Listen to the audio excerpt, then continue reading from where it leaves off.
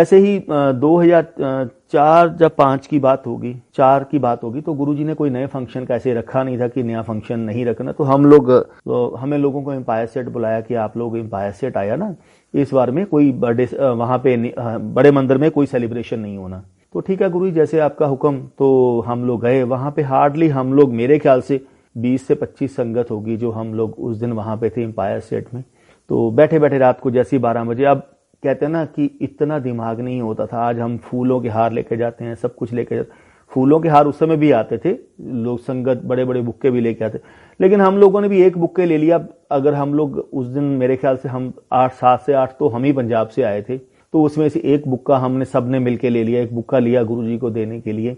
जैसे ही नया साल हुआ 12 बजे सारी संगत गुरुजी के रूम में गई। गुरुजी अपने बेडरूम पे बैठे, रूम में बैठे हुए थे, तो बेड के ऊपर बैठे हुए थे। तो सबने जाकर उस बुक्के को खोल दिया, सबने एक एक फूल गुरुजी को देना शुरू कर दिया। तो जैसे ही एक एक फूल देना शुरू कर दिया, गुरुजी हैप्पी न्यू ईयर, गुरुजी हैप्पी न्यू ईयर, सब अपनी अपनी ब्लेसिंग ले रही है, क्योंकि आप लिमिटेड एडिशन था उस दिन। तो अब 12:15 12:30 बज गए। तो गुरुजी ने एक सैनी अंकल होते थे, अभी तो उनकी डेथ हो गई, सैनी अंकल को बोला चलो बड़े मंदिर पहुंचो, बड़े मंदिर चलते हैं। रात को 12:30 पौने 1 बजे गुरुजी ने बड़े मंदिर का प्लान बनाया जाने का। तो जब वो चले गए तो हम लोग 5-7 मिनट निकल गए। तो गुरु से, नरेंद्र यार रोक, उनकी डॉटर ला तो प्रेग्नेंट है, हमारे मंदिर के बीच में इतने हम पाते हैं, रोड ब्रेकर आते हैं, कुछ प्रॉब्लम ना हो जाए, 7th और 8th मंथ चल रहा होगा उनको। तो इससे पहले कि मैं बाहर जाके देखूं, वो बड़े मंदिर के लिए चले गए थे कार लेके अपनी। तो मैंने गुरुजी को जाकर पास, चल कोई गल नहीं, चलते हैं, फिर बड़े मंदिर ही चलते हैं। तो उस दिन तक 31 दिसंबर तक फॉग नहीं पड़ी थी बिल्कुल भी। तो मैं गुरुजी के रूम में बैठा था, तो गुरुजी कहते नरेंद्र इस बार फॉग नहीं पई यार बिल्कुल भी। मैं कहा हाँ जी गुरुजी, 31 दिसंबर हो गई है, पंजाब ਦੇ ਵਿੱਚ ਵੀ फॉग नहीं पई। कहते कुदरत ਦੇ नियम बने हुए ने, गर्मी सर्दी फॉग धुंध बारिश, ये सारा कुछ, पतझड़ होगी, बारिशां हो गई, ये सब कुछ कुदरत ने नियम बनाए हुए ने, ये होने बहुत जरूरी ने। कहते फॉग भी पैनी बहुत जरूरी है। कहते फॉग नहीं पएगी सब्जियां ਦੇ ਵਿੱਚ, कनक ਦੇ ਵਿੱਚ मिठास नहीं आएगी। कहते ਆਪਾਂ कहने सर्दी ज्यादा क्यों पैंदी है, सर्दी भी पैनी जरूरी है, गर्मी भी पैनी जरूरी है। कहते हर एक चीज होनी जरूरी है। कहते कुदरत ਦੇ बनाए हुए ने, कोई चीज तो पिछे नहीं भजीदा हुंदा, एक्सेप्ट करीदा हुंदा कुदरत ਦੇ नियमां ਨੂੰ। तो मैं उस दिन मैं कहा हाँ जी गुरु जी को, चलो फिर मंदिर चलते हैं। नरेंद्र एक काम कर, तू जाके रस्ते ਦੇ ਵਿੱਚੋਂ ना ਜਿਹੜੇ ਢਾਬੇ ਨੇ ਦੁੱਧ ਲੈ ला, ਉੱਥੋਂ जाके संगत ਲਈ जाके चाह प्रसाद रख, मैं आना।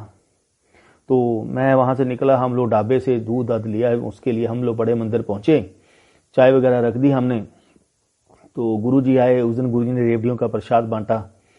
तो गाने गुने चले। अब देखा कहते हैं ना, कई संगत के अपने कर्म होते हैं, कईयों की बोनांजा किस्मत में लिखा होता है। जैसे हम लोग 12:30-1 बजे वहां पहुंचे, तो तकरीबन मेरे ख्याल से 20 से 25 संगत वहां पे मंदिर के बीच में थी, जिनको ये भी नहीं पता था कि गुरुजी ने बड़े मंदिर में आना है। लेकिन गुरुजी ने उनको दर्शन देने थे। बड़े मंदिर का हॉल का गेट बंद था और वो लोग आरती करके हटे थे। बाहर जो जो बाहर वाले उसमें मार्बल की गुरु शिव जी की फोटोग्राफ है, उसकी आरती वगैरह करके बैठे हुए थे। सब लोग आपस में बैठ के बातें कर रहे हैं, सत्संग कर रहे हैं। सर्दी बहुत है बट फॉग वगैरह नहीं थी। तो जैसे ही 1:45 बजे हम लोग सब वहां पहुंचे, तो इसे बोनांजा कहते हैं ना, लक्की बोनांजा जिसको मिलना होता है, जिसको गुरुजी ने दर्शन देने होते। जरूरी नहीं है कि आप कई बार जाओगे आपको गुरुजी ने दर्शन देने, कई बार आपको गुरुजी दर्शन भी नहीं देते थे। तो वो गए, सबके लिए बहुत अच्छा हो गया। गुरुजी बड़े मंदिर के हॉल में बैठे, नीचे गुरुजी आसन पे नहीं बैठे थे, साइड पे बैठ के वहीं पे नीचे बैठ गए और किसी को गाना गाने के लिए, डांस करने के लिए बोले, चलो आ गाने लाओ पंजाबी। रात को 1 बजे पंजाबी गाने लगे तो मंदिर में, चलो फिर डांस करो। तो डांस करवाना शुरू किया। तो मेरे ख्याल से 1:45 बजे के आसपास गुरुजी ने सिंगला अंकल को बुलाया। सिंगला कुकी आंटी ਨੂੰ बुला, कुकी आंटी गुरुजी की पुरानी संगत है, कुकी मारवा। तो उन्होंने कुकी आंटी ਨੂੰ बुला, तो उन्होंने कहा गुरु याद कर देने। तो उन्होंने फोन मिलाया, उन्होंने फोन नहीं मिलाया। 5 मिनट बाद फिर गुरुजी बोले, देख आंटी आ गई क्या, नहीं फोन नहीं चक रही, आंटी की गल होगी। तो उनको फिर 5-7 मिनट निकल गए। जैसे 5-7 मिनट के गुरुजी नहीं फोन उठा रहे, तो 10 मिनट बाद गुरुजी कहते, जा सिंगला फोन बुला, आंटी गेट खोल रही है घर का, आंटी पार्टी तो आई है हुणी, नवे साल की पार्टी ते गई सी, घर का गेट खोल रही, जल्दी जल्दी फोन मिला। तो जैसे ही उन्होंने फ़ोन किया, उनकी लैंडलाइन पे फ़ोन किया, आंटी ने फ़ोन उठाया, आंटी को सांस चढ़ा हुआ था। तो आंटी कहते आंटी पार्टी तो आए हो? कहते हाँ जी। कहते आंटी गुरु जी का हुक्म होया वै, जड़े कपड़े पाए ने जिमें हैगे उमें ही आ जाओ बड़े मंदिर, गुरु जी बड़े मंदिर तुहाडी वेट कर रहे हैं। तो मेरे ख्याल से 1:15-1:30 बजे के आसपास वो बड़े मंदिर पहुंचे होंगे। जैसे ही बड़े मंदिर आए तो गुरु जी कहें चलो कुकी आंटी अंकल दोनों डांस करो। फिर तो उनसे डांस करवाया, 2 गानों के ऊपर डांस कराया। जैसे ही सेकंड गाने पे डांस किया, गुरु जी को आगे प्रणाम करने लगे, जा फिर ऐश कर कुकी आंटी, 2-3 फैक्ट्रियां ब्लेस करती हैं। तो ये गुरु जी का ब्लेस करने का तरीका है कि वो आपको कैसे ब्लेस करेंगे, उन्होंने किस वक्त किसको कहाँ ब्लेस करना है वो सिर्फ गुरु ही जानते हैं। तो उस दिन प्रसाद बांटा, तो मेरे ख्याल से रात को 2:30-3 बजे के आसपास गुरुजी बड़े मंदिर से एम्पायर स्टेट के लिए गए। जब गुरुजी एम्पायर स्टेट से बड़े मंदिर जा रहे थे, गेट पे अभी बड़े मंदिर के गेट से बाहर निकले, यानी कि हॉल के गेट से, तो इतनी फॉग थी, इतनी ज्यादा फॉग थी कि एक हाथ को दूसरा हाथ नजर नहीं आता था। तो गुरुजी धीरे धीरे गए, ले कहते फॉग भी पाती अपने आज। तो मतलब कहते हैं ना, सृष्टि का मालिक कौन? सृष्टि का मालिक वही है। ये हमारे साथ ही बैठे थे। ऐसे ही हम लोग एक बार गुरुजी कहते मौका मिला, गुरुजी नैनीताल लेके गए जब हम लोगों को, तो हम लोग धूप में बैठे हुए थे। उस समय हम लोग मेरे ख्याल से 9 दिन रुके थे, 10 दिन रुके थे, मैं 9 दिन रुका था। तो 4th-5th डे होगा, तो बहुत धूप थी, कोई बारिश, डेली बारिश नहीं हो रही थी। तो वहां पे क्या डेली हल्की सी बूंदाबांदी होती ही होती है। तो गुरुजी दोपहर में बैठे, 11-12 बजे का टाइम होगा। तो कहते देख तू आज तू कितनी बजे निकली हुई है? तो शर्मा आंटी, लस्सी आंटी हंसने लगी, कहते गुरु जी यहाँ पे ना डेली बारिश होती है, चाहे थोड़ी सी बारिश हो, क्योंकि पहाड़ों में बारिश होती ही होती है। कहते आज गुरुजी जब से आप आए हो इतनी धूप निकली हुई है यहाँ पे, तो इतना तो कभी ये लोग तो हैरान है कि इतनी धूप कहाँ से निकल आई। ये लोग आपने जब धूप निकलती है अपने बिस्तरों को सुखाते हैं कि हल्की सी धूप लग जाए। तो गुरुजी कहते आंटी सुनिया नहीं तेने? फिर सूरज भी देख के हैरान हो गया, तू मेरा पंजाबी शब्द नहीं सुनिया, वो गाना नहीं सुनिया जो सुक्की बराड़ ने गाया? कहते आंटी ये ਜਿਹੜੇ सूरज ਤੇ चंद्रमा ने ना तेरे गुरु ਦੇ रथ ਦੇ 2 पहिए ने, ਇਹ ਮੇਰੇ ਹਿਸਾਬ ਨਾਲ ਹੀ ਚੱਲਦੇ ਨੇ, ਜਿਵੇਂ ਮੈਂ ਚੱਲਦਾ, ਇਹ ਮੇਰੇ ਰੱਖ ਦੇ ਪਹੀਏ ਨੇ, ਇਹ ਤਾਂ ਮੇਰੀ ਆਗਿਆ ਦੇ ਹਿਸਾਬ ਨਾਲ ਚੱਲਦੇ ਨੇ, ਮੈਂ ਕੀ ਕਰਨਾ। तो गुरु जी कहते तेरे गुरु च इन्नी पावर है, जे मैं एक फिंगर भी खड़ी कर दवा ना तो मैं सूरज नूं ठंडा कर दवा, इन्नी मेरे च हीट है। तो जो लोग चलो कहते भीमताल चलते हैं, तब तक बसें वगैरह आई, तो बस तो वहीं थी हमारी, भीमताल जाने लगे। अच्छी धूप निकली हुई थी। जैसे भीमताल पहुंचे हम लोग एंटर करने लगे, इतनी बारिश हुई, मतलब सड़कों से पानी आ रहा था। ऐसे लग रहा था जहां पे सड़क है, रोड है, जहां पे झरना पानी का बह रहा है। तो वहां पे बैठे भीमताल में जाके चाय प्रसाद वगैरह, चाय वगैरह पी, समोसे खाए, फोटो खींची सबने। तो रात को हम लोग पहुंचे 10:30-11 बजे हम लोग रामगढ़ वापस वहां पे आंटीगढ़ रिसोर्ट में पहुंचे। तो रात को जैसे ही पहुंचे तो गुरु जी कहते हाँ फिर शर्मा साहब रात को सूरज चढ़ा दिए? कहते मेरे हाथ में बहुत पावर है, मैं जो चाहूं वो कर सकता हूं। मैं रात को 12 बजे भी बोल दूं ना सूरज निकालना है तो मैं रात को 12 बजे भी सूरज निकाल सकता हूं, इतनी पावर है तेरे गुरु में। तो ये एक छोटी एग्जांपल्स हम लोगों ने, गुरुजी ने हम लोगों को समझानी शुरू की, क्योंकि बड़ा मंदिर है तो ऐसे ही बड़े मंदिर की जो पावर है वो अनलिमिटेड पावर है। गुरुजी कहते इन्नी पावर पाती मैं इस मंदिर दे विच जिसका कहीं पे कोई सानी नहीं है, इतनी पावर डाल दी है मैंने। कहते तो ऐसे ही हम लोग जब 2000 की बात होगी तो गुरुजी के ब्रदर और 2-3 संगत और थी जो पंजाब से आई थी, तो गुरुजी रात को बड़े मंदिर दिखाने के लेके गए, हम लोग भी साथ ही थे। तो जैसे ही बड़े मंदिर, जैसे वो फाउंटेन बना हुआ, वहां से हम आगे आ रहे थे तो पीछे स्टेज बनी होती थी, तो आधा शिवलिंग गीला था और आधा ही स्टेज गीली थी वहां पे। तो जैसे ही वहां पे गए तो सबने मैंने भी बोला हम लोगों ने कि देखो बारिश हो रही है रात को, आप फॉग की बारिश लगा लो, जैसे मर्जी बारिश लगा लो, कि बारिश हो रही है कि देखो आधा शिवलिंग भी गीला हो गया। गुरुजी कहते शिवलिंग बारिश नहीं हो रही, अमृत वर्षा हो रही है, क्योंकि मैं मंदिर दे विच आया वहां, इसलिए अमृत वर्षा हो रही है। तो आधा ही चंद्रमा की तरह, आधा राउंड अबाउट ही था। तो फिर भी कहते हैं ना हम लोगों के किंतु परंतु बहुत होते हैं, इफ एंड बट बहुत होते हैं। तो जैसे ही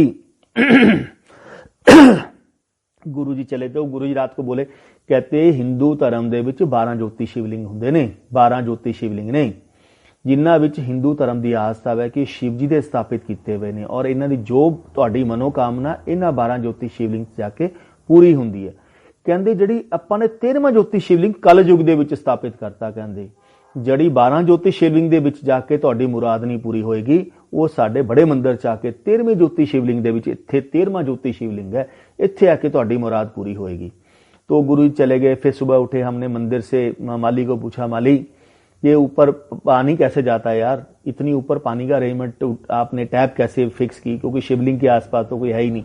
कहते भैया इतनी ऊंचा टैप कैसे जा सकती है, ना मोटर का प्रेशर हो सकता है ना कुछ और हो सकता है।